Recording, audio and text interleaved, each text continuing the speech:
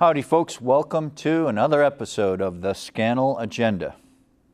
This is show number 75, entitled All the Happy Fishermen.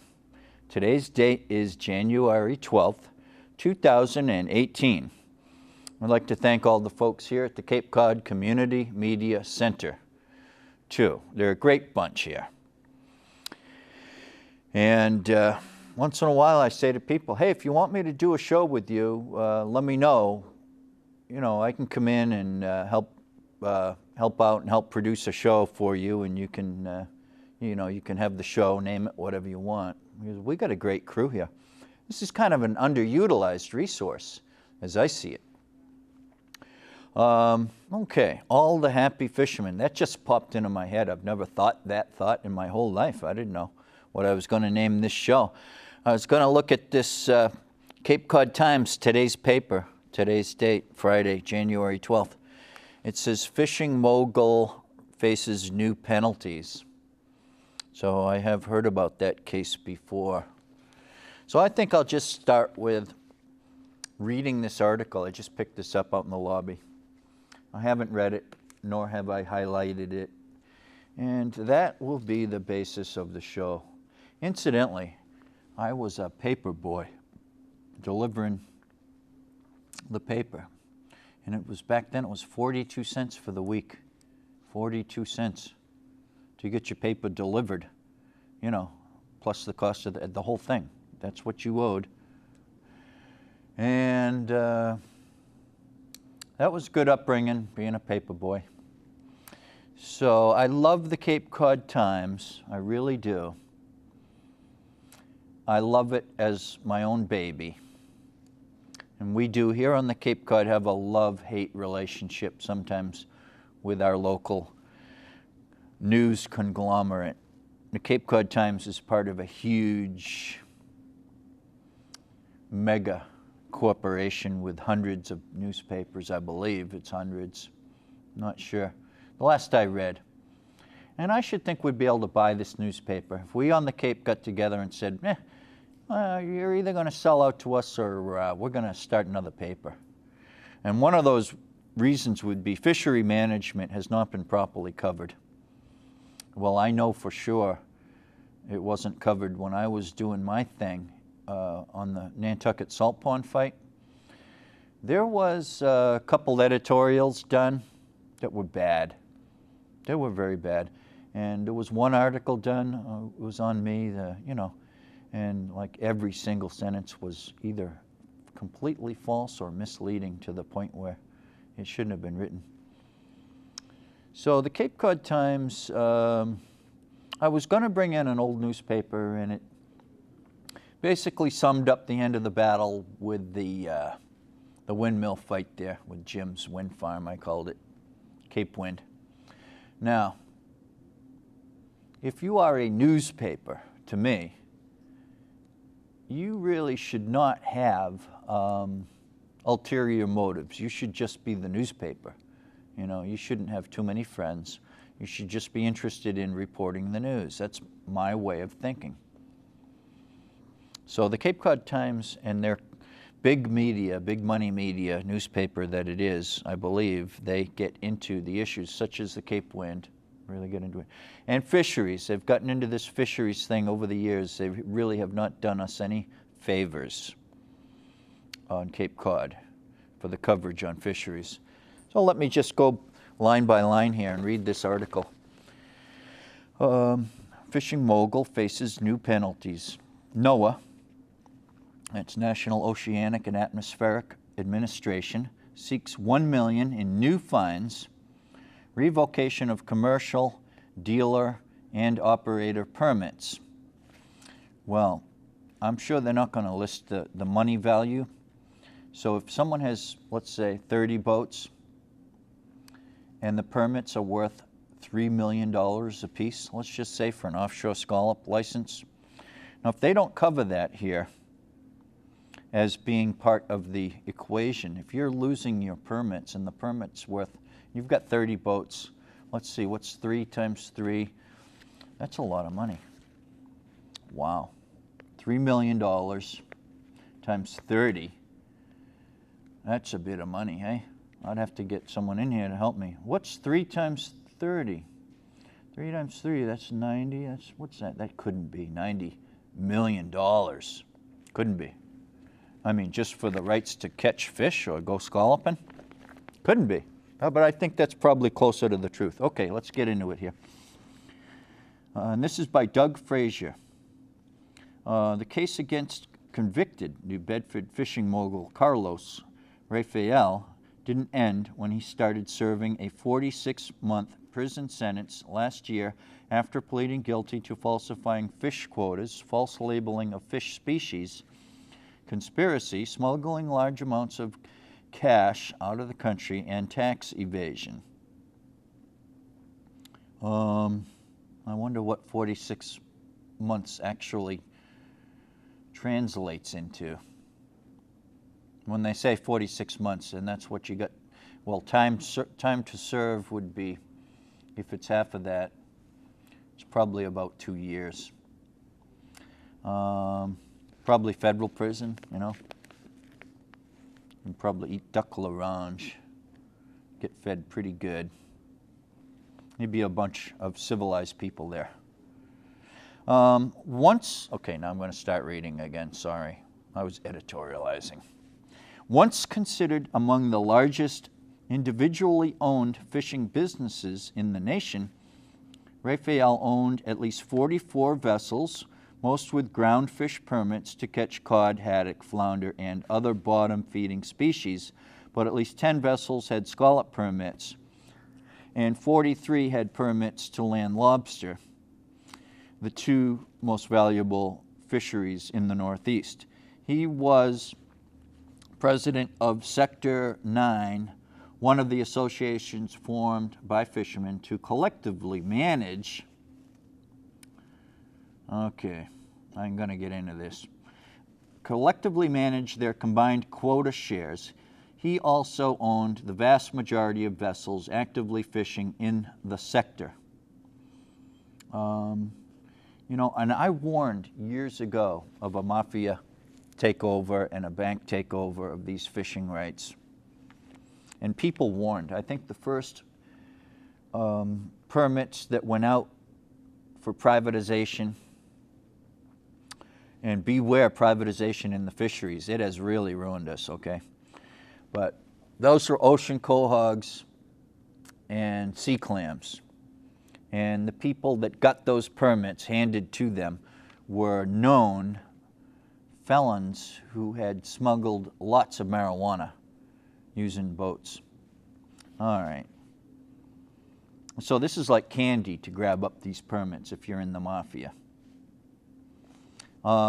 Many of his, not saying that this guy's in the mafia, I don't know about that, but these are all illegal activities. So many of his vessels, back to the article, remained on the water, fishing even after he was jailed. On Thursday, the National Oceanic and Atmospheric Administration's Office of Law Enforcement unveiled civil penalties they intend to impose on Rafael and his business entities for the criminal actions to which he pleaded guilty, as well as new charges for both ground fish and scallop violations. Well, the real crime of it all is how dumb are we? Habitat destruction is the crime. Now that was grandfathered in stupidly by us here on Cape Cod. That's why we need to apologize for the lack of cod, because Cape Codders knew better, and I mentioned this before. It's our crime, Cape Codders. Let's own up to this crime. Maybe we shouldn't include Rhode Island with us and southeastern Massachusetts, right straight down. We'll draw a little box around Rhode Island. We'll get into Montauk and a little bit of eastern Connecticut, and this is our fault. We'll expand the box, not just Cape Cod. And we'll go to Nantucket and the Vineyard too. And we'll say, look, this is our fault. We are sorry. New Bedford would be excluded because those are the big boat people pushing the big boat ways. And also, University of Rhode Island came up with the worst scheme in the world. That was the hard bottom dragon. Oh my God. That was around 1980 or so. And this was seen as a big deal and a good thing. It was the worst thing in the world to happen. The University of Rhode Island claims some responsibility for these hard-bottom boats. Worst thing in the world. And as I've mentioned on a story before this some time ago, fished for a guy. I knew him better than when I was fishing for him. In my youth, Harry Hunt was a mentor. And I remember he was pleading with the fisheries people not to allow these hard-bottom boats to get in all the pristine areas. He was beside himself. And I've never seen him beside himself before or since then about this one issue, was the hard-bottom boats going to get in and wreck everything. And they did. So the real crime has got nothing to do with this Carlos Rafael. The real crime is us. That we let this ball go out into the road. And we all chased the ball into the road and a train came through and wrecked everything. Just wrecked everything. And that's the habitat destruction, is 90% of the crime of the century here.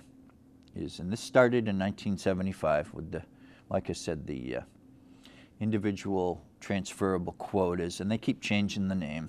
All right, let me get back to the article. In total, the agency levied nearly $1 million in new civil fines and revoked 38 commercial fishing permits, as well as the seafood dealer permit for Rafael's wholesale fish. Continued on A4.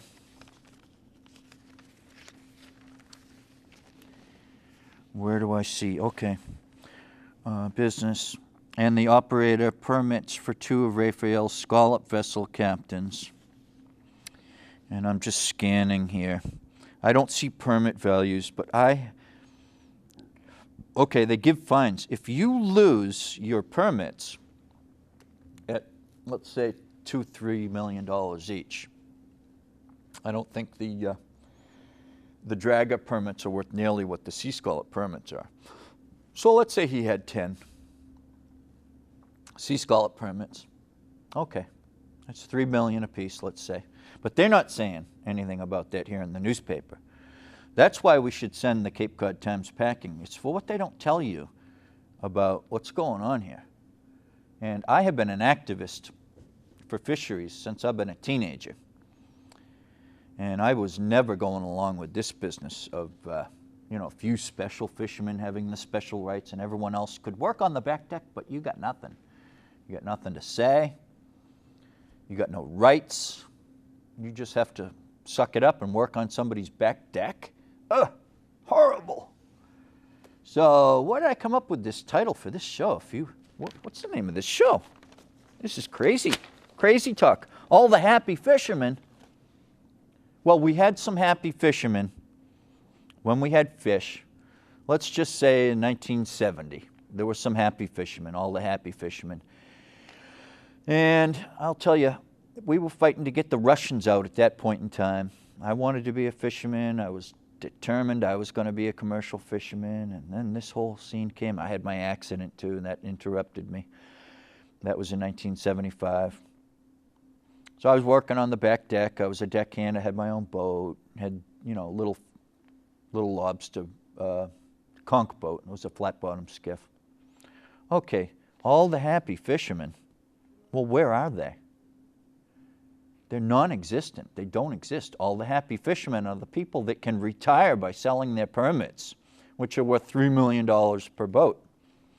Well, I don't know. Maybe the Cape Cod Times can tell us what these permits are actually worth. Because the National Marine Fisheries Service doesn't want to get involved with what these permits. They'll defer and they'll say it's none of our business. And Congress isn't getting into it. Congress ruined the fisheries by doing this. And as I've explained it in the past, what happened was the fringes agreed. And this is a crazy idea in which the fringes agreed. And I think we can look today at the immigration situation and you can say the fringes agreed. The libertarians wanted no controls on the labor. That's libertarian, that's right wing, that's my department, right? But I'm not for chaos. Okay, And the left wing, they wanted programs, basically. Programs like Toys R Us, Programs R Us. That's the Democrat Party. They love the program type deal. So if they can rope people into a program of some kind or another, I think they're in their little seventh heaven. So they agreed, these fringes, program Democrats. And not all Democrats are fringe people, and I love Democrats if they're not fringes. And not all right-wing people are crazy libertarians, of which I would not categorize myself as a crazy libertarian. I'm a libertarian, small L, small L. That means not with the party. I've never joined their party, because there's a lot of kooks. You get out into these fringes, and you're in kook land, okay? Now, if you're a newspaper and you're catering to these two fringes, and you're with kind of like the oligarchy, I'm sorry to mention that word again, then we got trouble, because things don't get handled with an oligarchy. Things that can gets kicked down the road in an oligarchy situation. That's what we have. All right. All right. Noah also said it would deny any future application by Raphael for any permit issued under the Magnuson-Stevens Act. And if you look at the act, it also had stipulations for people to get into the fishery, but it's meaningless. If you say words can be meaningless in the law, and this Magnuson, I call it the Studs-Magnuson Act, because Jerry Studs was influential with this act. And the law governing commercial fishing in federal waters, a measure interpreted by most observers as a lifetime ban that would prevent Raphael from ever again participating in the fishing industry, because he would have to reapply for any of the remaining permits he holds. I don't get that. What are they going to do with these permits? Are they going on the market? Are they being retired for the sake of, you know, saving the ocean and slowing things down a little bit? I hope they're getting retired. It was the kind of punishment many hoped would act as a deterrent for anyone thinking they might employ similar schemes. Talk about schemes. This whole thing, this whole fisheries management limited entry permit system, as I call it, limited entry, that's how it started out. You get the battle cry, as the Cape Cod Times would say, too many boats chasing too few fish, and they keep repeating this and droning on, and people would read it and they'd get it. Of course, they're learning wrong. It was never properly about that. This was a get-rich-quick scheme. Basically a land grab, because the permits are like a deeded piece of property. Your right to fish in perpetuity. It's pretty close to a feudal system that allows fishing rights to be deeded. And if you're on the back deck of the boat, forget it. You're never going to get up there. Never going to get up there and get your fishing rights unless you have help and you're lucky. Imagine being on the deck and getting a boat plus the $10 million permit. I mean the $3 million, $2 million, $3 million permit value. So, okay. It was, I'm going to repeat myself on this paragraph, it was the kind of punishment many hoped would act as a deterrent for anyone thinking they might employ similar schemes in an industry that still relies heavily on individual integrity and self-policing. Have I ever done that on the show? Gross. Who writes this stuff? What is this? Fishermen worship here? Fishermen ruining the ocean. Let's bow down to them. Few fishermen ruining the ocean. Terrible. I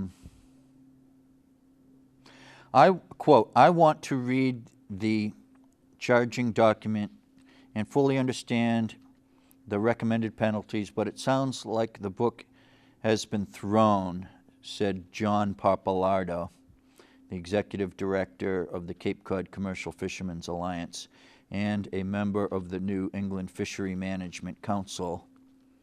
Okay, add to that, and champions of limited entry and extremely feudal permit systems for fishermen.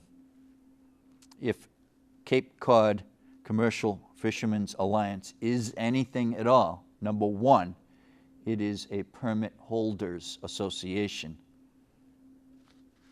And we get along like oil and water, you know. But Cape Cod fishermen should be all about advancing hook fishing and passive fishing, green fishing methods, and it should all be about that, because Cape Cod fishermen are better, I think. You know, and the small boat fishermen around here, we're better than just to go out and rip up and just put the money in the bank and forget about it. That's called externalized negatives. When you go out and you catch $10,000 worth of product and you bring it home, take it out and sell it, but you've actually racked up about $40,000 in habitat loss damage and stock damage, high grading, and you know, you're kicking a lot of juvenile fish overboard to get the big ones. That's called high grading. And all that stuff added up with the habitat destruction. Instead of the green fishing methods, which work pretty good, lobstering with lobster pots, that's green. Tub trawling, that's green. A lot of the things Cape Codders did for a long time, decades, those are the green fishing. Now, the dragon came in, and I've got a book to go over with you folks, and it's by Clinton Andrews. I'll bring that in sometime soon. And that tells the story of dragging. Like, I think it started around 1914 on Nantucket. They would have to split the net open if they towed a little bit too long, because it'd be full of fish, big fish. And they'd have to dump some fish out because the boat and the winch wasn't strong enough to get all those fish on board. You see, many years ago, in the 20s and 30s, they would have to dump their catch overboard. They'd head out and dump their catch overboard, all these big fish, like probably 40, 50,000 pounds. The boats were about that size, and they'd dump the catch. And then they'd try the market again, it was called, because they were only going to get a penny a pound, so they didn't want to flood the market. It wasn't catching the fish that was an issue. It was the price was the only issue back then. Okay, get back to the article here. It's clear one of the NOAA's main goals is to remove Raphael from the commercial fishing industry, said New Bedford Mayor John Mitchell.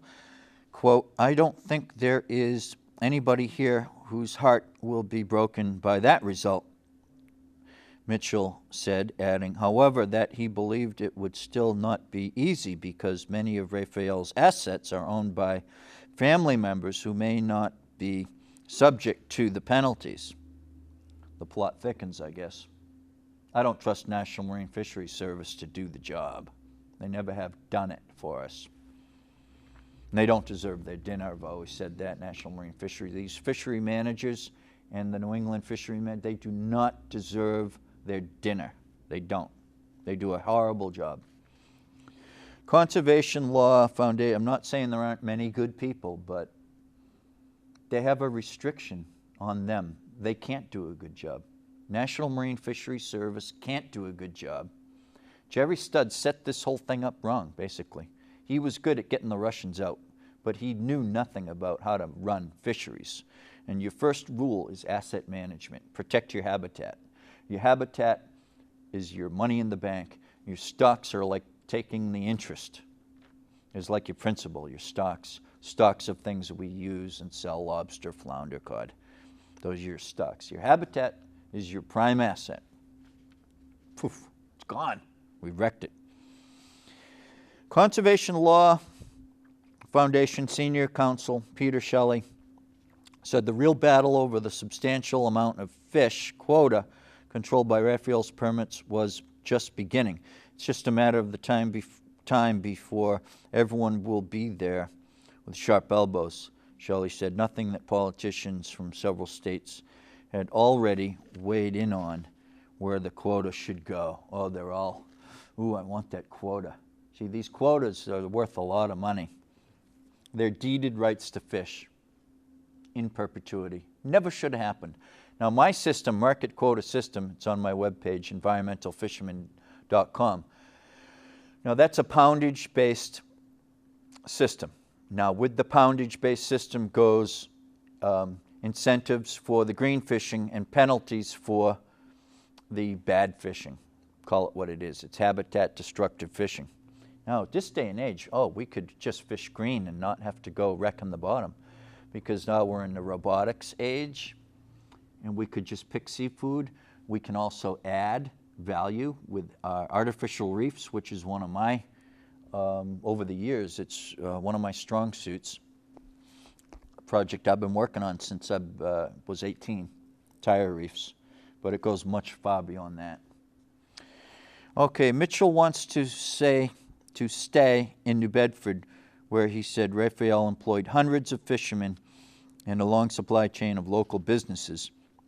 He said he felt the innocent should not be punished and hoped for a settlement that resulted in a sale of Raphael's assets and permits to a local buyer. Well, I'd go on record as saying just retire the permits and then put people on a cash cap allowance of what money they can bring in and put in the bank, and that will do it. We can retire these permits, and if they want to take us to court, they will. That's fine. So 2 minutes to go here. So I'm going to take this up later on, and I'm going to rave and rant. I'm going to do a rant. I'll do a rant on my next show. But today's show, that's it. It's all the happy fishermen. Doesn't that sound good? Well, this is a real mess. And we should have all these happy fishermen. I mean, if we went down the right road years ago, we'd have all kinds of happy fishermen on Cape Cod right now. That's what we want. We want happy families, happy fishermen, very well-run little fishing ports. We can have all that, but we just can't have that at all doing what we do, which is totally screwing up the ocean. Habitat destruction is 90% of the culprit. We signed on board, so we have to own it. We have to own that, folks. Let's own that, and then let's move on. So I'm expanding the Cape Cod codfish apology to include Montauk. I don't think we should include New Bedford. New Bedford has been just a thorn in the side of conservation. New Bedford has got to change, and Gloucester, all these big boat fisheries. And we can do that. It has to be structured and done right, and we can shift everything over, and it doesn't have to be a shock to anybody's system, and New Bedford can make, even more money in Gloucester. Conversions, capital conversions. Okay, that's it for the Scannell Agenda. Thanks very much for watching the Scannell Agenda.